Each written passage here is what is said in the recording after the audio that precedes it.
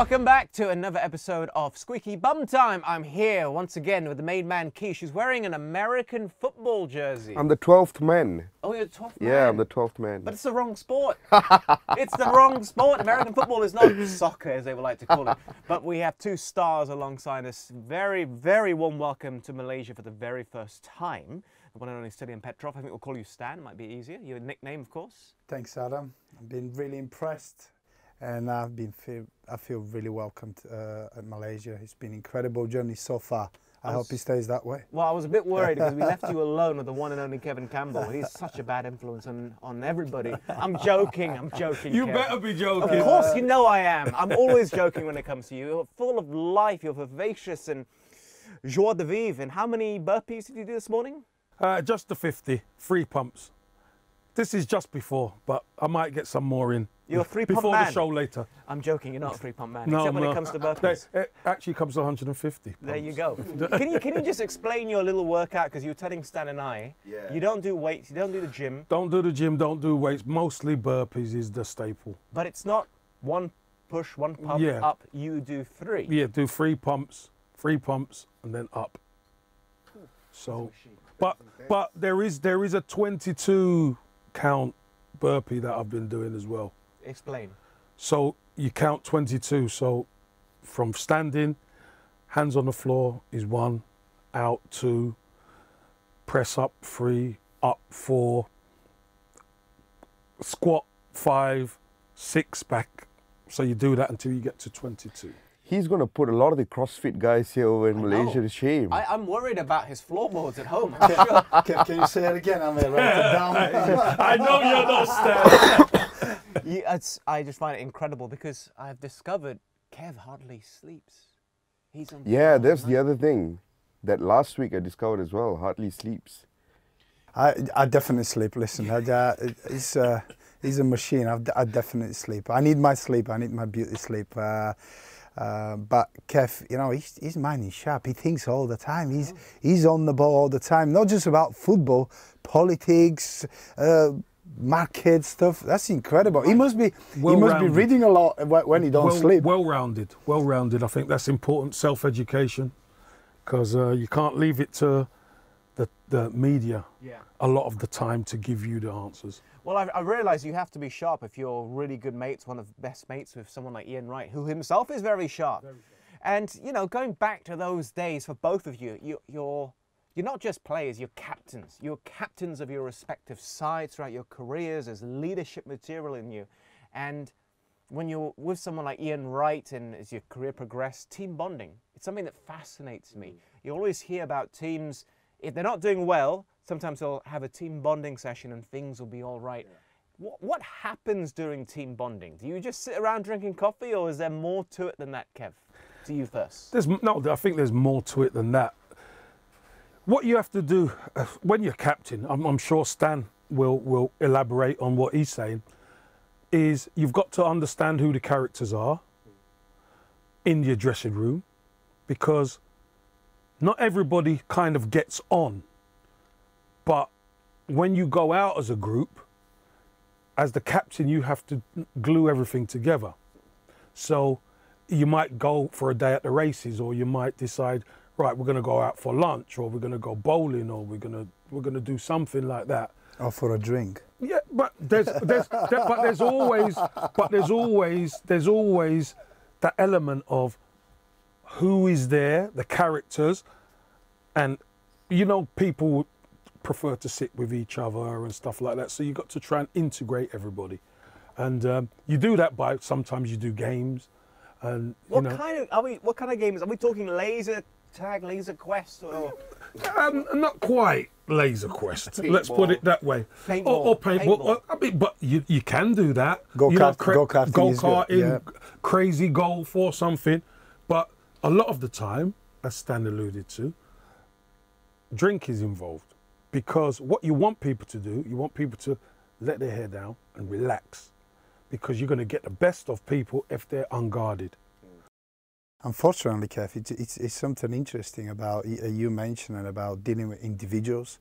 You know, we're always talking about a big group and, you know, different characters. But Kev, you made a great point about we're dealing with different individuals and characters, and they're like little pieces, and you have to put them together. As a captain, as somebody, I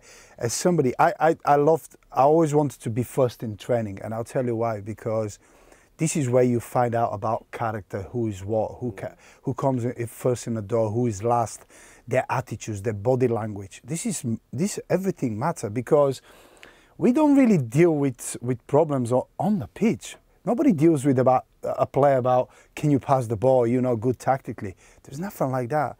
Everything is like a normal life. He's a normal person. You know what? His wife is not, you know, having a go with him, and the kid's not sleeping, and he having a problem with his family, or financially he's not where he wants to be.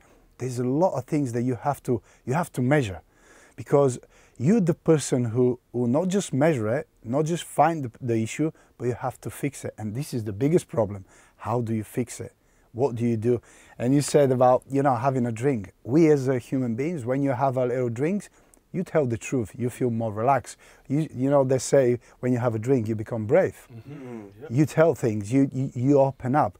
And I've seen with a lot of players, but with the players, it's about you know what? Because of the headlines of everything. They watch you what you're doing, where you going to training, what you do after the game, before the game, during the game, interviews, everything. Sometimes players just need to relax, just calm down, just get away forget about these things. Yeah, because if you don't get away from this thing, the stress becomes too much. And we've seen it. You said different generation. It's not. The pressure is still the same. You have to, the demand to become a footballer is very high, but you have to sacrifice so much. And not many people are ready to sacrifice. Just yesterday, actually, to be fair, me and our producer Ash, we were speaking to a footballer who's currently playing in Malaysia, and he was previously part of the Spurs under-21 setup, an Australian football defender. Gigi, yes, Gigi.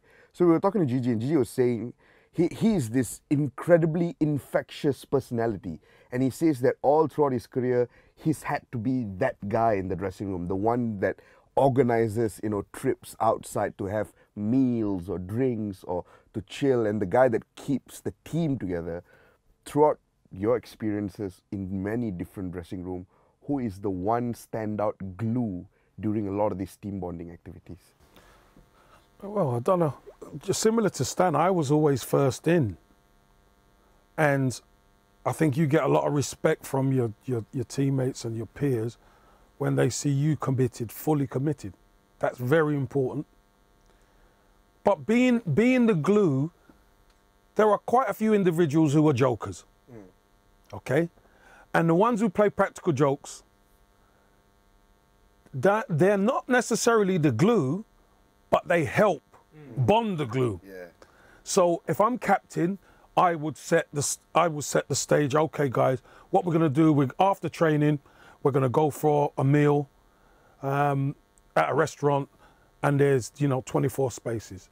The problem, and this is the truth, the problem I had growing up is when I was young, I was training with the first team, but I wasn't part of the first team group. So when they got time to go to a meal or got invited to a film premiere or whatever, I was probably number 30 on the list. So I couldn't go. I was the kid, and it used to frustrate me, it used to drive me mad. And then obviously you've got to qualify.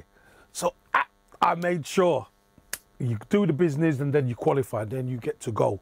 Then when you get to go, you're part of this group.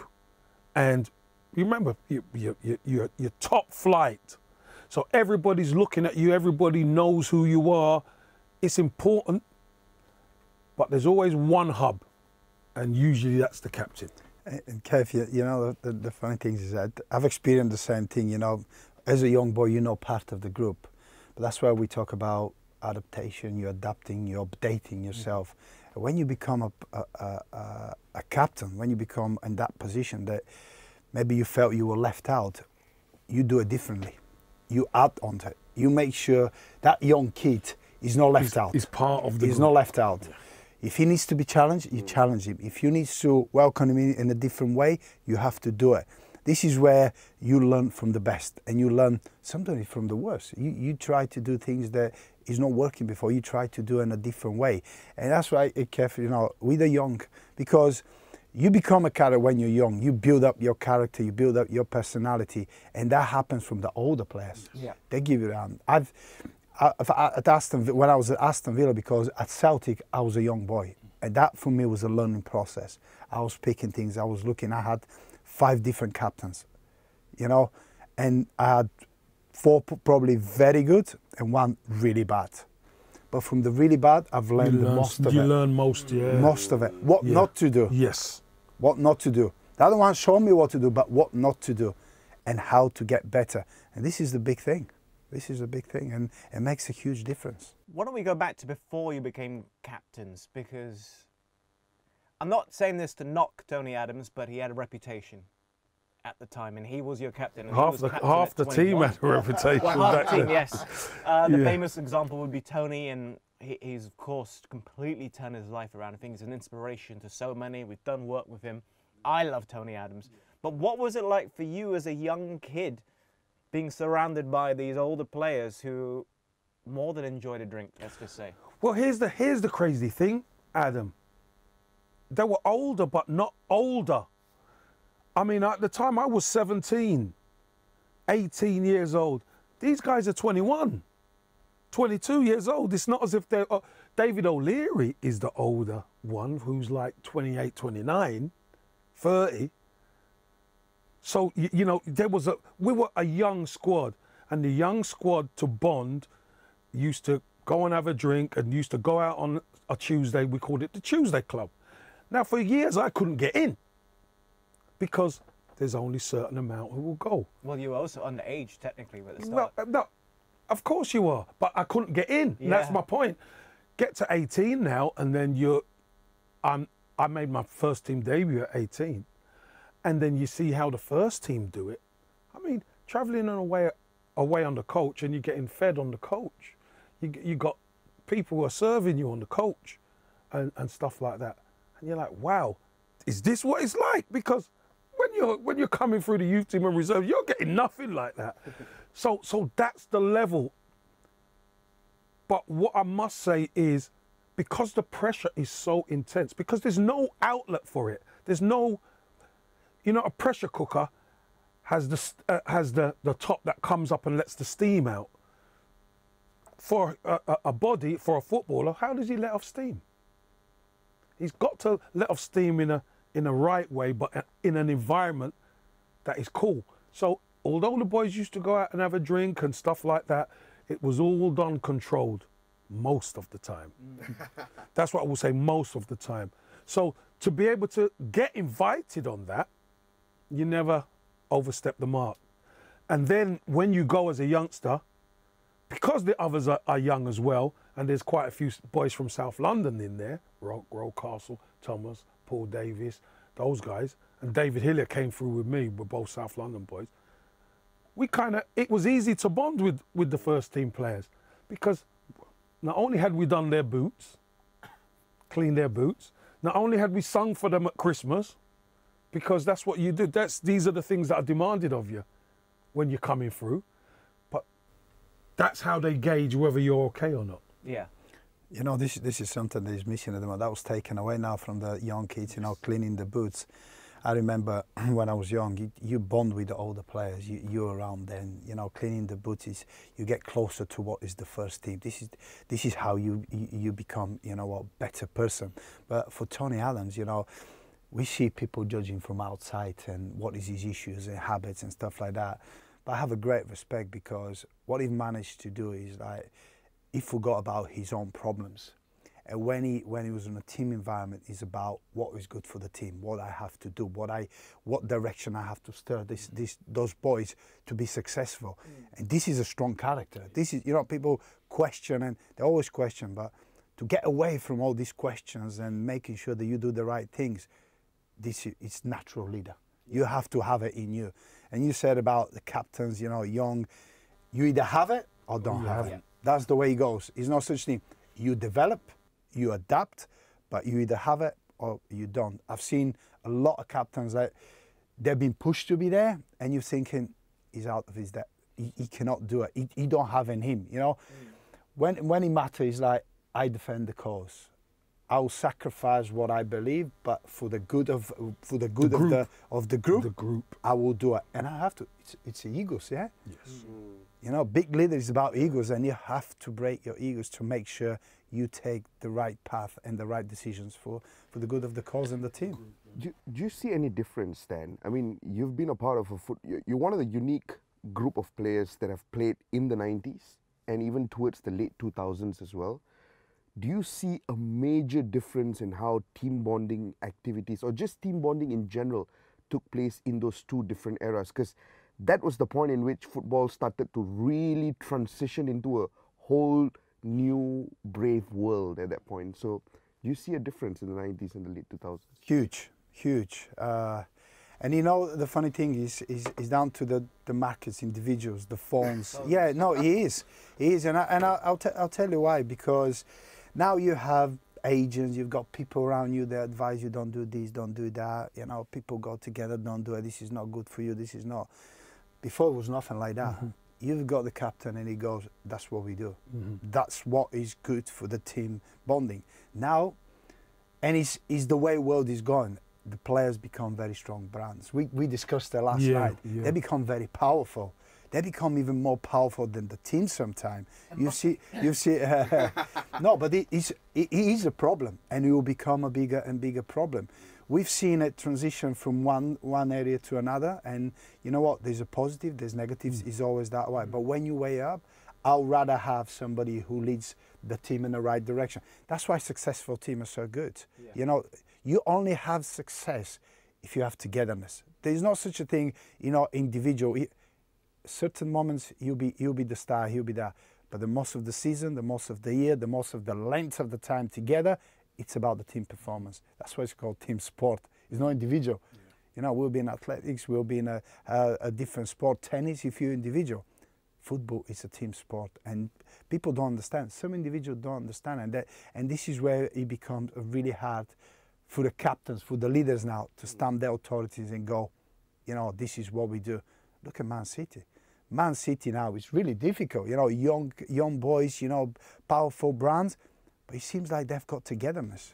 They've got that really a good communication between. Yeah, have good ethic. And it's not just on the pitch, over the pitch as well. I mean, we're talking about Jack Grealish, Haaland, Foden. You know, having a nice, fun banter. You know what, online, and making sure that, you know, people see we're together. We fight together, even through difficult moments. And this is what a lot of people don't understand, but it's definitely have changed a lot. Stan, that's a great point. And we go back to, luckily, 80s. I started in the 80s. You know that old right? I started in the 80s, right? Yeah. I made my debut in 88. When I look at how things were in 88, these phones, you can forget. If you went out, everybody would see you, they would respect you, but they won't coming over for selfies and doing all that kind of thing. Phones then obviously started to come in to play a major part when the cameras on the phone started to come in. When the cameras on the phone started to come in, then people could clock you. And not being funny, but sometimes when players like to let their hair down, they let their hair down because it's that pressure cooker, letting the stress off. But when you've got people trying to take videos and pictures of you, and we've seen many players have got themselves into problems because either they're trying to stop the phone, people taking it, they smash the phone or whatever. So this goes from the 80s, the difference from the 80s and 90s, from the 90s to the 2000s, etc. These things are so much more powerful now. Social media comes in. You can't get away from anything now. So what do? Everything has to go more private. And that's what the players do now. The players do, if they're going to do anything, because they bond, the players do drink. They do drink, not a lot, not like we did back then, but they do drink, but they will do it all privately, because the look of things now, the first thing people say, he's earning £200,000 a week and he's having a drink. Yeah, Kev, you know, it's a funny thing, you know, we always go back to the problem of money, you know, everybody judge you all. But we forget one thing, we're just human beings. You know, I've scored great goals, you've scored great goals, you defended, you played in the big games. But when you come off of that environment, you're just a normal person. You deal with the same problems, you know, Adam, with you know. You've got a friend and you know, calling you about a problem or a family, or you know what, you have a rough night, or you wake up and you're feeling crap. You know, you don't wanna do anything, but you have to do it, and you have to face cameras, and you have to put that face. You got to perform. Yeah. You got to perform. Yeah. Listen, you've had a Barney with the missus. The fans don't care whether you've had a Barney with the missus. When it's match day, you better perform. Well, it's like recently Paul Scholes revealed that he didn't tell anybody about his son being autistic when he was first diagnosed. He didn't even tell the manager. It was just, he had to handle it himself. And you realise if Paul Scholes has a problem and you have, say, a squad of 25 players, 35 if you include youth team and first team training, everybody will have their own issues, and you have to manage all of that. That's a lot of people.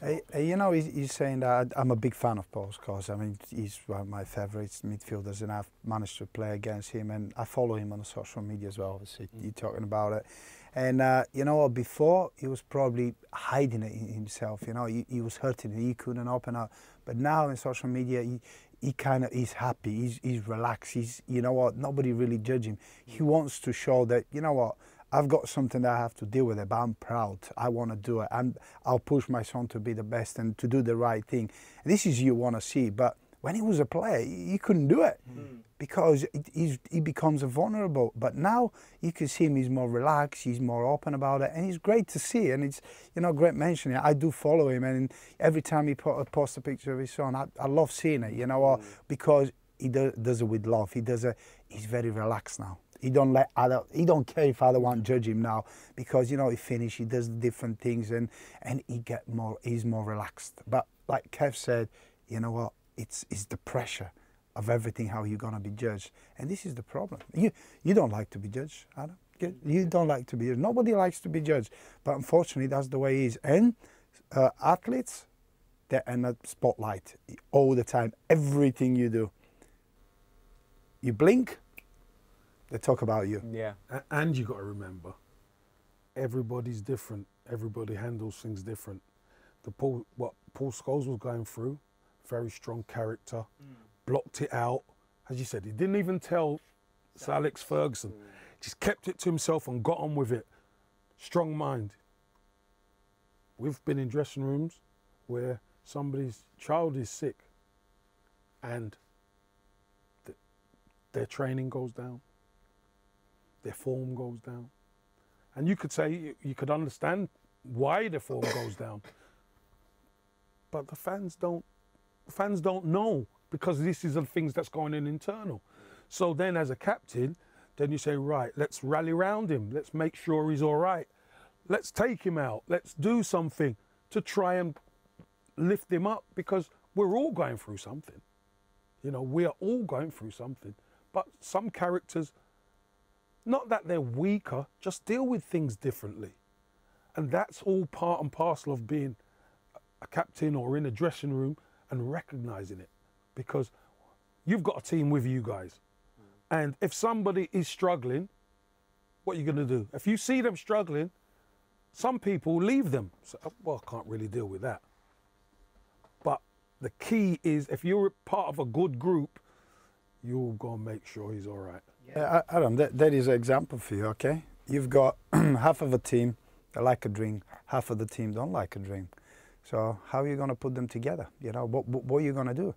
So do you want half of that to be happy and the other half to be happy? But you have to find a solution. What you do? Well, you take them for a drink, half of them won't like it. They'll leave after an hour. You take them for a go-karting, there's no drink involved, the other half will go, what are you doing? This is not a type of it. So finding a balance, understanding what they need, finding what to do, how to do it, satisfying everything, because at the end it's about when they go back to that training ground, when they go on the pitch. I trust, Kev is my teammate, I have to trust him, I need to know about him. You know what, as a captains we find we spend more time about understanding about the person rather than the player. You know, playing in the Premier League, he's there because he deserves to be there. He's talented enough to be there, yes. I don't have to talk about him, you know, pass it that way or pass it this way or shoot that way. That no, he's there for a reason. But what you have to that, mental health. You either have a mentally strong characters, and we suffer in silence. Nobody wants to show. And this is where you have to dig in really deep to understand what exactly happened in his head. Some players are resistant to it. Some player will not let you in. You have to be patient. You have to dig in. You have to push in the right direction to manage to get something that you can change so you can help him. I sometimes wonder how fans would feel about criticising a player when the truth comes out down the line. Yeah. The best example for me, current example, would be Paul Pogba. Yeah, like, exactly. he's one of the probably top 5 most criticised players in the entire world, Paul Pogba. And I'm not saying this justifies his entire career at Manchester United, which didn't hit the heights it should have, you would argue. But to have your own brother, allegedly, I should add, allegedly trying to extort money from you to be held at gunpoint in Paris, I mean, that's just mental. And you have to deal with that, the fans, what they're saying, and the expectations of you on the pitch because your name is Paul Pogba, World Cup winner. Yeah, but Adam, It's mad. You know, as a player, this is the funny thing. The sooner you declare yourself fit, doesn't matter what problems you got, you step on that pitch, you become, people start judging you straight away. What you do, how you play, you know what, your team lose, it's going to be you because you're the biggest Sam. And this is go back to the point, everything is related. It's about big brands for the players that cannot do it. So he will go, I'd rather stay on the headlines, you know, I'd rather be up there, I don't want to do, not many can do it. I'll tell you my own experience. When I went to Aston Villa, first couple of months, I was shocking. Sorry. You can use what you can say in the language, whatever. I can say it, but I was really poor because of transition of new players coming in, other players coming in, unhappiness, you know, happy players coming, unhappy leaving. And you know what? I remember we played Fulham and we were losing 2-1. And I walk into the, you know, the tunnel is like closed and you can hear people, it's like, Petrov, you Petrov, go back to Scotland. And when you have this in your mind, you know, you're walking in, you know that you're not playing well. You know that your teammates are looking you bad because you not perform at the level you can perform. You've got the fans on your back. And because I've been through it, this is why you build up leaders, you know, through these kind of moments. For me, it was like a motivation. But I've seen players crumble. You know, you've seen players, you know, they hear and you say, don't pay attention. You go back on Monday, he's struggling. You can see he don't talk to anyone. He don't want to be in training. He don't try. He don't run. What you do? By the way, he told you you're told me a Now rather me concentrate on myself, I have to concentrate on you as well. And another 10 players because we were all But this is the thing that you have to really consider when you're a captain, when you're a leader. And sometimes you have natural captain. They don't wear the armband. And then you look for their help. You ask, and Kev talks about the bubbly, the one that does. You use them. You make sure that they do the right thing. You steer them in the right direction. If you know your teams, if you know the personalities, you can use them because you can't do it on your own. If anybody thinks that you can do it on your own, you're in the wrong. And one, sorry, Kish. And one act from the Joker in the dressing room can break the ice for everybody, you know. And it's funny, this is where Gaza was fantastic.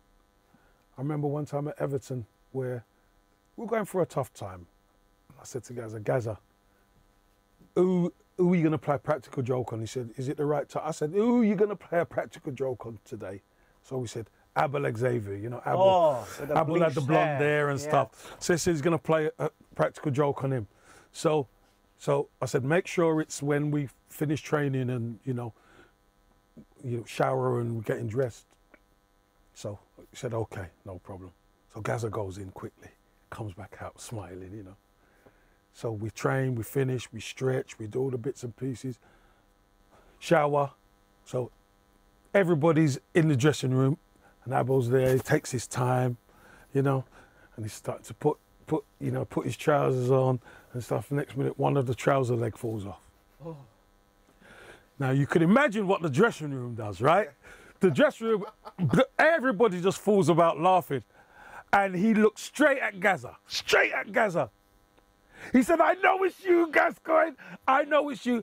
But that broke the ice for all the pressure that was on the team. That broke the ice. Had a laugh, and we could get on with it. And he did get Gaza back, by the way. What did he do? In a bad way. Tell me. Yeah, I have to know. So it was Valentine's Day.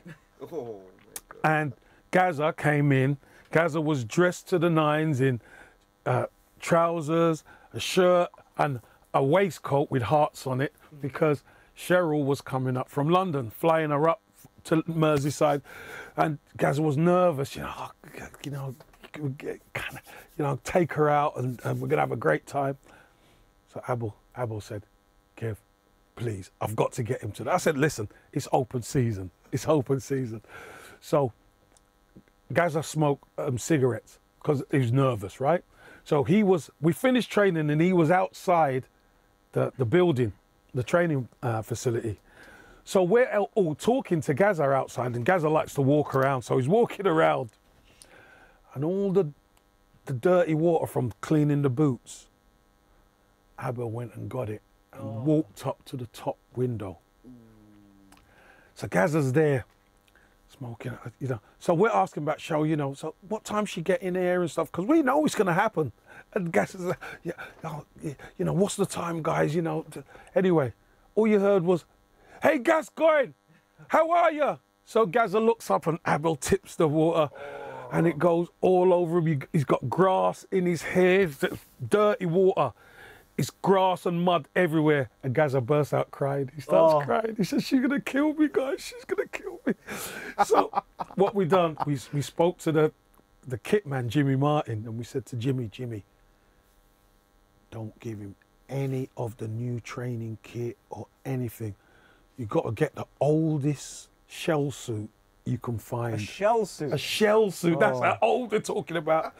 So you can imagine, Gaza, Jimmy, you've got to look after me. So Gaza ended up going to pick Cheryl up from the airport in a shell suit and shoes. Oh.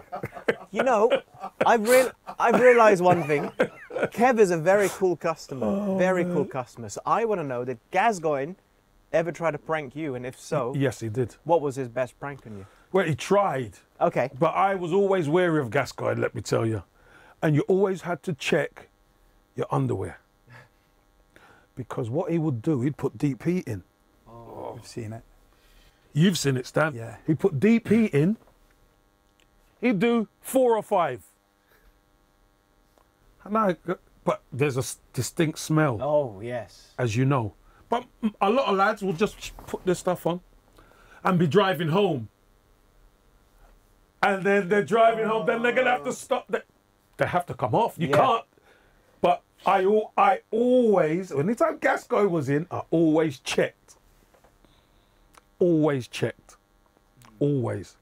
Gaza got virtually everybody. Except?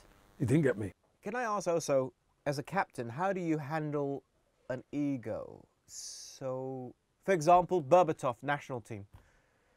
I've heard some stories about him. I have to say, he may not be the easiest person to get a handle on. And I know that you were captain, and then you stepped away, and he became captain, and then you became captain again after that. This is funny things. I've got a great relationship with Dimitar. I know Dimitar in a different way because he lets you in. You find a way to walk in. Yeah, not many people does. Not many people does. He's incredibly smart man. He thinks in a completely different way.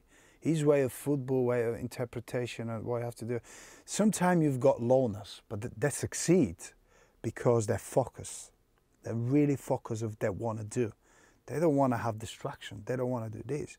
And I've got a great relationship. It's, when people start understanding, when people get close, it's like, wow, I've experienced something different. Yeah, he does. But to get into people's, what he is and what he stands for is really difficult. Not many people, me and Kev, well, we'll let you in. We'll discuss it. We'll assess you very quickly. We'll know what to do. Some people are not like that. You have to find a way. And Berbatov is, you know what, I didn't even bother. What I just had to do is, how are you, everything okay? Do you need anything? No. I'll see you Saturday. That's what you need. Players will question me, but he's not training, he's playing at the back and that. As soon as Saturday come, that boy was on a different level. Special. That boy was on a different level. Even if I've explained to him what I've done it, they would not understand because he was 3-4 moves ahead of us. He was looking completely different balls and situation that we were looking at. But you know what? You just have to defend him because he's special. Yeah. Sometimes, you know what, saying before, you know, there's a players and that you do in a different way and group will come and question you. But you as a leader, you as a person who makes those decisions and lead in the right way, you have to stick with that. You say, listen, trust me. Do you trust me? And when you've done the right things in the previous, they go, okay, we'll trust you. Yeah. And they follow you. Yep. They may not like it, but they follow it, the right leader. Yeah. Have you met a character like that as well, Kev? Someone that was very difficult to get into?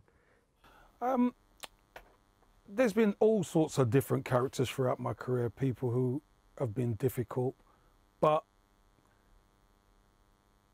understanding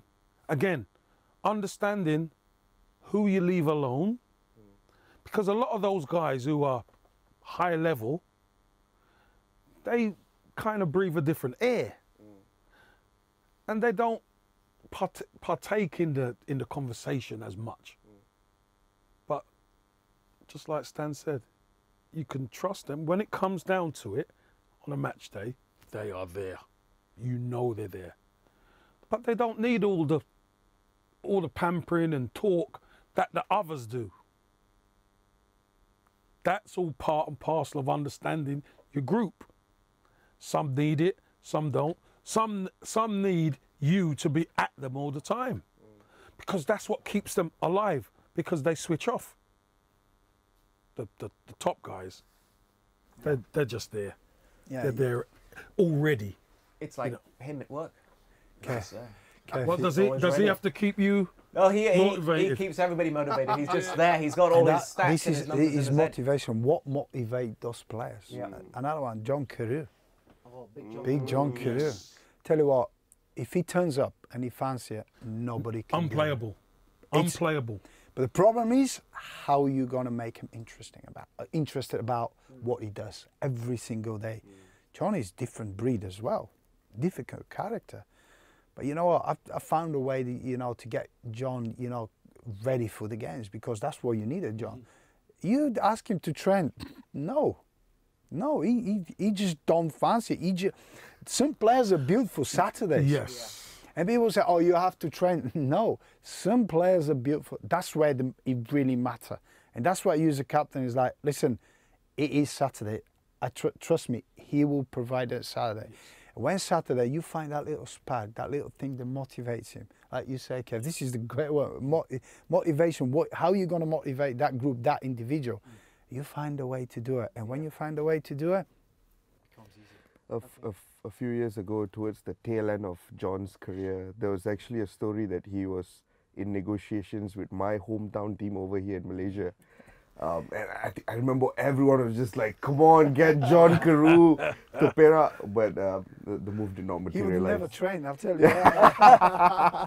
Okay, we've gone over time a bit, so final question. Now, we've started this conversation by both of you saying you're the first in training.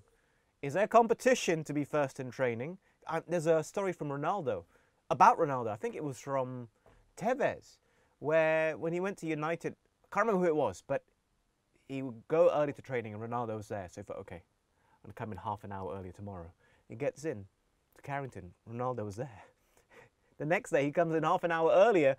Guess who's there? Cristiano Ronaldo. Is there competition to be first in training? If you two were teammates, would you be looking on the highway to see, oh, Kev's there? No, he's not there yet. Okay. No, I don't think there'd be competition.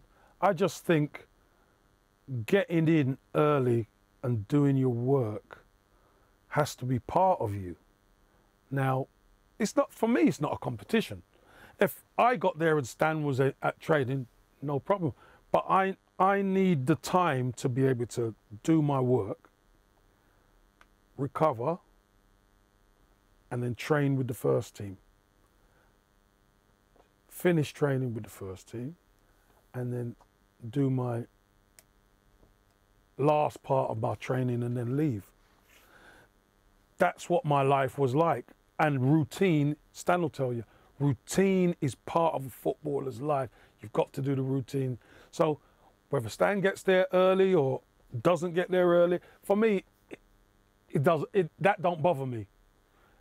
The key is I've got my program to do.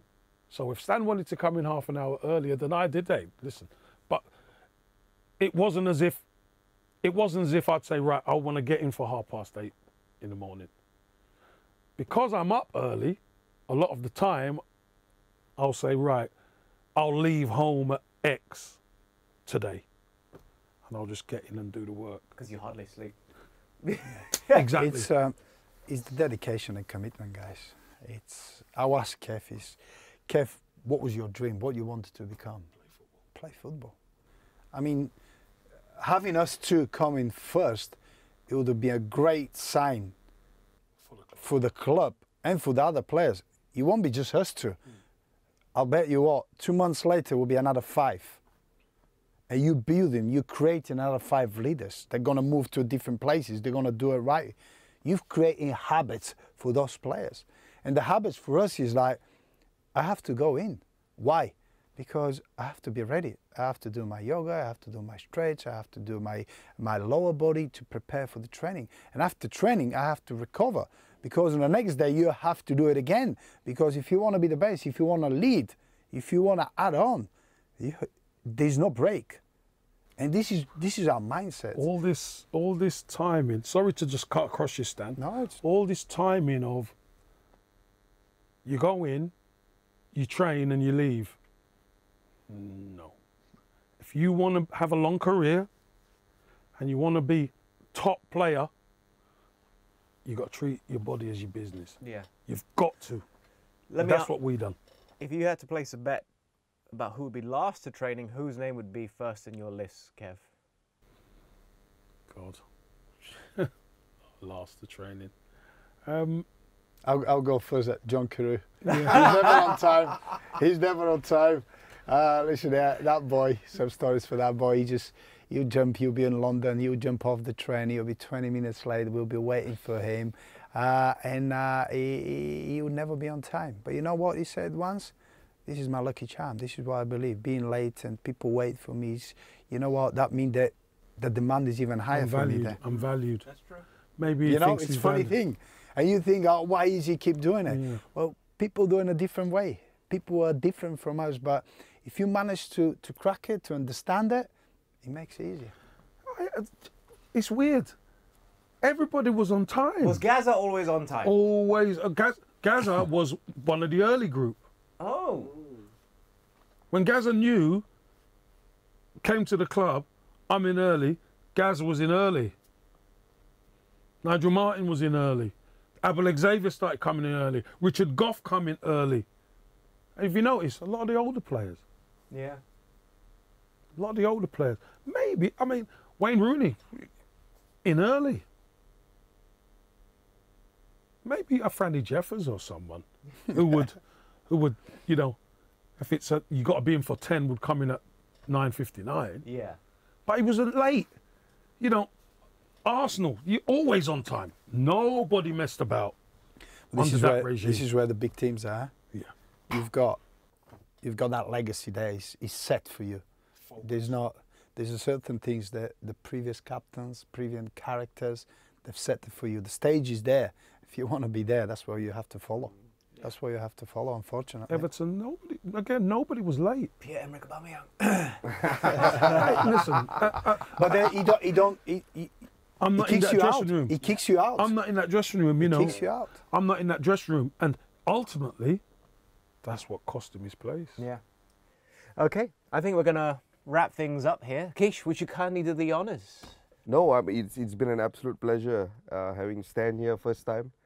I think some of the John Carew stories have been incredible. We could have a special just on John Carew. You can still get him to come and play. Yeah, and I think today's episode has gone a long way in helping me forget about the Steve Bowles story we heard earlier this week, Yes. which has been traumatizing people. Yeah. Yeah. That is true. Also, I'm going to monitor your social media to see what you say about Anthony Martial, because I know he's your favourite player of all time. Right? I think so. I never posted on socials. I keep my opinions private. Yeah, okay. Fair enough. We're going to go find our friend Maria and enjoy our lunch. Thank you. Thanks for watching. More really, really soon. Bye for now.